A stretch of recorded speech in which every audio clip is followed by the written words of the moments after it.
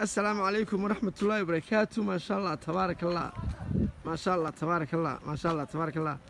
waxaan iibinaynaa laba balood oo hodan hilis ah oo wadadan daamirka ah hodan hilis halka balood baa ka xiga ma sha Allah tabaaraka Allah. halka taxigu taagan yahay xaajadu sii socoto ay laba balood ka bilaabmayaan ma sha Allah tabaaraka Allah.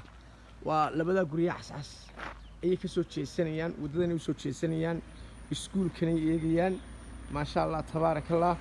af ingiriislaan aad u aqoonay iskuulkan maankaab waa baab Soomaali iskuulkan ku soo jeesanayaan ma sha Allah tabaaraka Allah.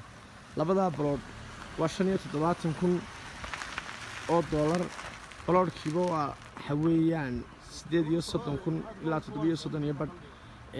ninka idin la hadlaya waa Jaamac Cabdilaahi Caalin 436 meeshu waa isku siman tahay gidaaradaasina way dhisan yihiin ma sha Allah tabaaraka Allah.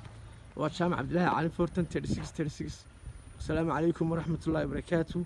يلا بقى ADB 60 أفريل 2022.